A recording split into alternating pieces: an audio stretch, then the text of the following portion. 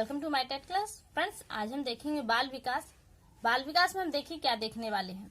इस सिलेबस को आपके देखते हैं। यहाँ पे देखिए जो आपका सिलेबस है, यहाँ पे हमने अभी तक ये कवर किया है बाल विकास का अर्थ, आवश्यकता तथा क्षेत्र, बाल विकास की अवस्थाएं और शारीरिक विकास, और साथ में मानसिक विकास, संवेगात्मक विकास वगैरह इन चीजों को हमने कवर कर लिया है। लेकिन यहाँ पे आपका जो बचा है वो बचा है कि सृजनात्मकता एवं सृजनात्मक क्षमता का विकास।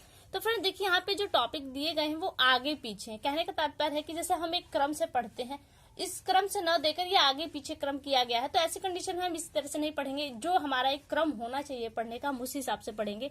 सृजनात्मक जो आपका है वो छठा और सातवां लेसन आता है, लेकिन यहाँ पे सेकंड नंबर पे लगभग दे दिया है, तो हम आज इसे नहीं पढ़ेंगे, वरन पढ़ेंगे कि बाल विकास के आधार। देखिए यहाँ पे जो पॉइंट दिए गए हैं, इन पॉइंट्स में ये अकेला एक टॉपिक नहीं है, वरन कई सारे टॉपिक है। अगर हम इस तरह से देखेंगे तो यहाँ पे बहुत ज्यादा नहीं, बहुत थोड़े से ही टॉपिक्स है, लेकिन आप देखेंगे तो एक पॉइंट के अंतर्गत कई सारी चीजें हैं जिनको आपको अलग अलग टॉपिक के रूप में पढ़ना होगा। तो यहाँ पे देखिए जो अभी हम देखने वाले हैं वो आपका है बाल विकास के आधार, और फिर अगले बार हम पढ़ेंगे उनको प्रभावित करने वाले जो कारक है, कौन से कारक, वंशानुगत और वातावरण संबंधी कारण, इनको देखेंगे। साथ में हमको देखना है पारिवारिक, सामाजिक, विद्यालय, संचार एवं माध्यम, उनका बाल विकास पर क्या प्रभाव पड़ता है। तो ये देखिए समाजीकरण के थ्रू उन पर प्रभाव पड़ता है। इन्हें समाजीकरण के अंतर्गत हम इन पॉइंट्स को देखेंगे कि बालक के विकास में परिवार, समाज और विद्यालय का क्या प्रभाव पड़ रहा है। तो ये समाजीकरण के यानी कि हमारे इसी पॉइंट में ये तीसरे टॉपिक के रूप में आएगा। तो फिलहाल तो जो हम देखने वाले हैं वो बाल विकास के आधार है, यानी कि कौन सा क्षेत्र है जहाँ पे हम बाल विकास का अध्ययन करते हैं। तो आइए देखते हैं अपने टॉपिक को। तो यहाँ पे हमने जो लिया है बाल विकास के सिद्धांत। देखिए बाल विकास क्या है। बाल विकास एक ऐसी प्रक्रिया है जो जीवन पर्यंत प्रारंभ चलती रहती है।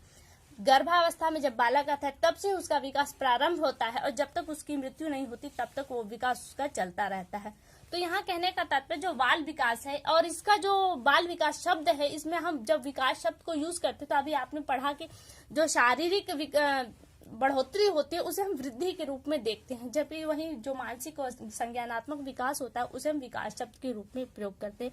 लेकिन यहाँ पे इन दोनों ही चीजों को विकास शब्द से संबोधित किया जाएगा। अभी आप जो भी देखने वाले हैं वहां पे विकास शब्द ही मिलेगा, वो चाहे शारीरिक विकास के लिए हो या फिर संज्ञानात्मक विकास के लिए। तो आइए हम देखते हैं बाल विकास के सिद्धांत।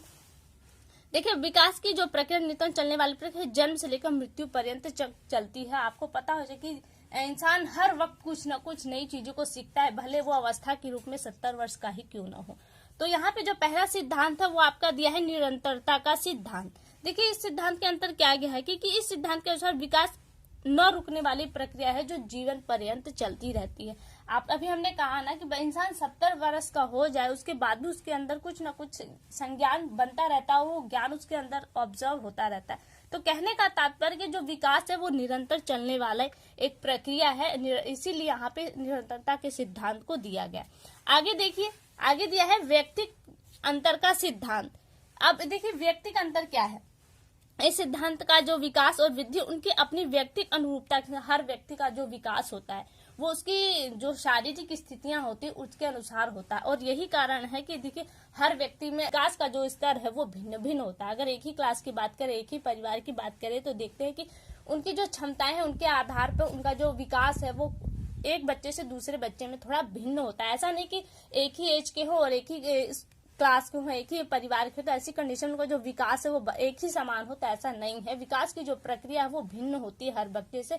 उनके अंदर की वो जो क्षमता होती है उसके अनुसार वो सीखते हैं। एक ही क्लास में बच्चा टॉप की भी करता है और एक ही में कमजोर भी होता है। तो ऐसी कंडीशन में ये क्लियर होता है कि बच्चे में जो व्यक्तिगत भिन्नता है वो भिन्न भिन्न होती है। और आगे देखिए आपका दिया है विकास क्रम की एक रूपता। देखिए जो विकास का क्रम है, अभी आपने देखा कि व्यक्ति का जो अंतर है, हर व्यक्ति में भिन्न भिन्न विकास होता है, एक समान विकास नहीं होता। विकास का ये सिद्धांत व्यक्ति के अंतर को देता है। लेकिन यहाँ कहा जा रहा है कि जो विकास का क्रम वो एक रूपता है। क्या मतलब इसका, कहने का तात्पर्य होता है जो विकास का एक क्रम है वो एक समान ही होता है। देखिए 10 वर्ष की अवस्था में 2 बालक है, एक कम सीखता है और एक ज्यादा सीखता है। तो ये क्या है, वो व्यक्तिगत अंतर है जिसके कारण वो कम या ज्यादा सीखते हैं। लेकिन कहा जा रहा है कि विकास की जो क्रम है वो एक रूप होता है, यानी कि जो देखिए एक पायदान हम बनाते हैं, यहाँ पे जैसे एक सीढ़ी है, तो क्या होता है जो विकास का क्रम, यानी कि हर बच्चा अगर यहाँ से स्टार्ट करता है तो उसे हर पाए से होकर ही गुजरना है। ऐसा नहीं कि कोई बच्चा तेज है, फास्ट है, बुद्धि में बहुत ज्यादा तेज है तो वो एक पाया छोड़कर दूसरे पाए पर डायरेक्ट पहुंच जाएगा, ऐसा नहीं। हर एक नियम है कि उसे हर एक पाए पर चढ़ना पड़ेगा। ये बात और है कि कोई बच्चा पहले यहाँ पर पहुंच जाएगा और कोई बच्चा लेट से पहुंचेगा, लेकिन क्या है उसे इस क्रम से ही चलना होगा, ऐसा नहीं कि वो क्रम अलग करके चलेगा। तो यही क्या है, विकास का जो क्रम है वो एक रूप होता है सभी बच्चों के लिए।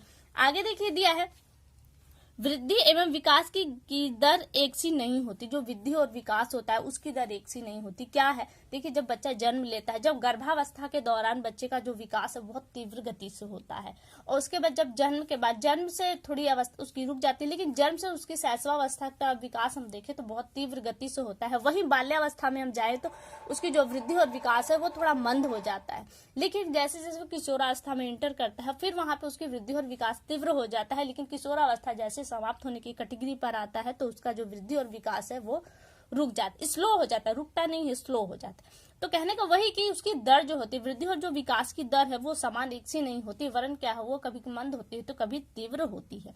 आगे देखिए क्या दिया है, विकास सामान्य से विशेष की ओर चलता है। देखिए कोई भी चीज इंसान जब सीखता है पहले सामान्य रूप से सीखता है, तो विकास का भी जो क्रम है पहले सामान्य ही होता है। जैसे बच्चा जब जन्म लेता है वो उसमें कोई चीज स्थायी नहीं होती, लेकिन क्या करता है वो हाथ पैर चलाता है, लेकिन हाथ पैर चलाते चलाते चलाते वो अपने हाथ पैरों पर कंट्रोल करता है, अपनी उंगलियों को चलाने लगता है, तो कहीं ना कहीं वो एक विशेष प्रक्रिया की ओर चला गया। यानी कि जो अभी विशेष नहीं था, सामान्य था, हाथ पैर को इधर उधर चलाना वो सामान्य था, जब उंगलियों पे वो कंट्रोल करना सीख लेता है तो वो हो जाती है प्रक्रिया आपकी विशेष प्रक्रिया। तो ये आपका सिद्धांत हुआ, विकास सामान्य से विशेष की ओर होता है।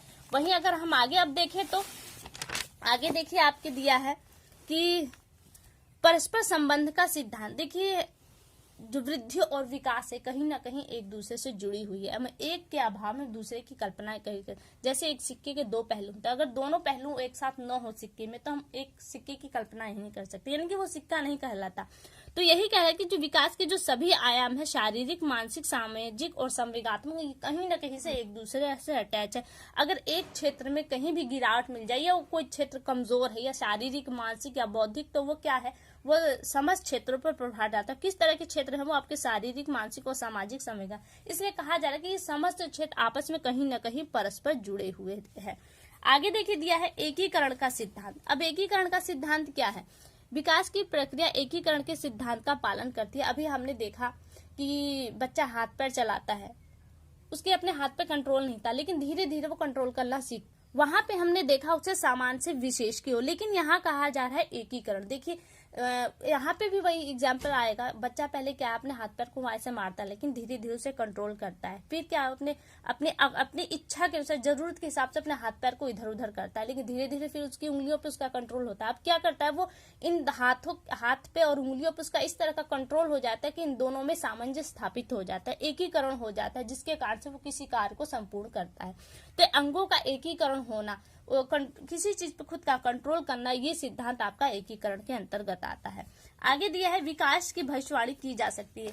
देखिए कई बार ये पॉइंट आ चुका है और बता चुकी हूं मैं कि आप कोई बच्चा है जिससे बार बार परमानेंट देख रहे हैं, उसका अध्ययन कर रहे हैं, उसको बराबर कम से कम 4 साल 5 साल 10 साल आपने उसको आप परमानेंट देख रहे हैं, तो आपके घर का ही कोई बालक उसे आप देख रहे हैं 4 साल 5 साल से, तो आप अंदाजा लगा सकते हैं कि बालक आगे चल के इस तरह के क्षेत्रों में आगे जाएगा। उसका कौन सा शारीरिक विकास किस तरह से होगा, बच्चा नाटक प्रवृत्ति का रहेगा या लंबा होगा, मोटा होगा या पतला, इस तरह की हमारी जो सोच होती है वो कहीं ना कहीं भविष्यवाणी करने के लिए होती है। वो मतलब एक क्लियर रास्ता बनाता है हमारे 4 साल का अनुभव कि बच्चा इस तरह का होगा, तो कहीं ना कहीं इसमें बाल विकास में आपकी भविष्यवाणी छिपी होती है। आगे देखिए दिया है आपका विकास लंबवत सीधा न होकर वर्तुलाकार होता है। देखिए बालक का विकास लंबवत सीधा न होकर वर्तुलाकार होता है, ये एक सी गति में सीधा चलकर विकास को प्राप्त नहीं होता। कहने का तात्पर्य है कि देखिए जब बच्चा शैशवावस्था में होता है तो बहुत तीव्र गति से बढ़ता है, बहुत तीव्र गति से बढ़ता है। अगर हम ऐसे देखें तो फिर क्या होता है, कुछ समय के लिए वो थोड़ा रुक सा जाता है, स्लो पोजीशन पे होता है, तो क्या होता है वो इतनी अवस्था में जो उसने सीखा है उसको यहाँ पर आके स्थायी बनाता है। फिर वहीं पे शैशवावस्था के जब बाल्यावस्था के बाद किशोरावस्था की तरह तब बहुत तीव्र गति से वो फिर सीखता है, फिर वहां पे जाके वो थोड़ा स्लो हो जाता है, तो क्या करता है वो इस अवस्था में उसने यहाँ से लेके यहाँ तक जो कुछ भी सीखा है उसे स्थायी बनाता है इस अवस्था, फिर यहाँ से उसका विकास तीव्र होता है। तो कहने का तात्पर्य है कि जो विकास का जो लंबवत तरीका है वो लंबवत न होकर वर्तुलाकार, अगर ये ऐसा होता तो लंबवत, लेकिन आप देख रहे हैं कि विकास का क्रम ऐसे जाके ऐसे हो रहा है, ऐसे जाके ऐसे हो रहा है, तो ये कहना वर्तुलाकार एक घुमावदार पैड़ी बन रही है। तो यहाँ कहा जा रहा है कि जो विकास का क्रम है वो लंबवत न होकर वर्तुलाकार होता है।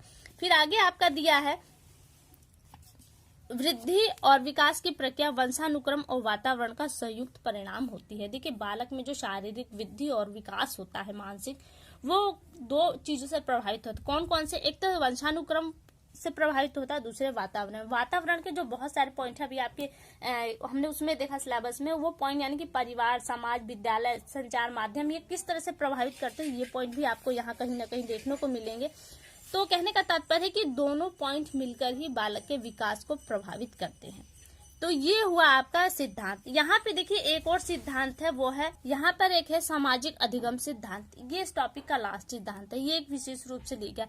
इस सिद्धांत के जो प्रतिपादक है वो वंडूरा है, यहाँ पे गलत प्रिंट है, वंडूरा और वाल्टस। इन्होंने क्या किया, इन्होंने कुछ बच्चों का अध्ययन किया, कुछ रिसर्च की इन बच्चों पे किया। क्या इन्होंने बहुत सारे बच्चों को उठाया, उन्होंने 3 तरह की मूवी दिखाई, जिसमें हीरो जो होता है आक्रामक मिजाज के होते हैं तीनों हीरो, जिसमें एक को दंडित किया जाता है, एक को पुरस्कृत किया जाता है उसके स्वभाव के लिए, और एक को न तो दंडित किया जाता है न तो पुरस्कृत। तो इस कंडीशन में उन बच्चों को ये 3 मूवियां दिखाई गई और देखा गया कि उस पर सबसे ज्यादा जो प्रभाव किसका पड़ रहा है, तो सबसे ज्यादा प्रभाव पुरस्कृत वाले का पड़ रहा है। तो कहने का तात्पर्य उनका यही था कि जो बच्चा है उसके सामाजिक जो उसका विकास हो रहा है उसमें समाज का वातावरण का प्रभाव सबसे ज्यादा पड़ता है, न कि वंशानुक्रम।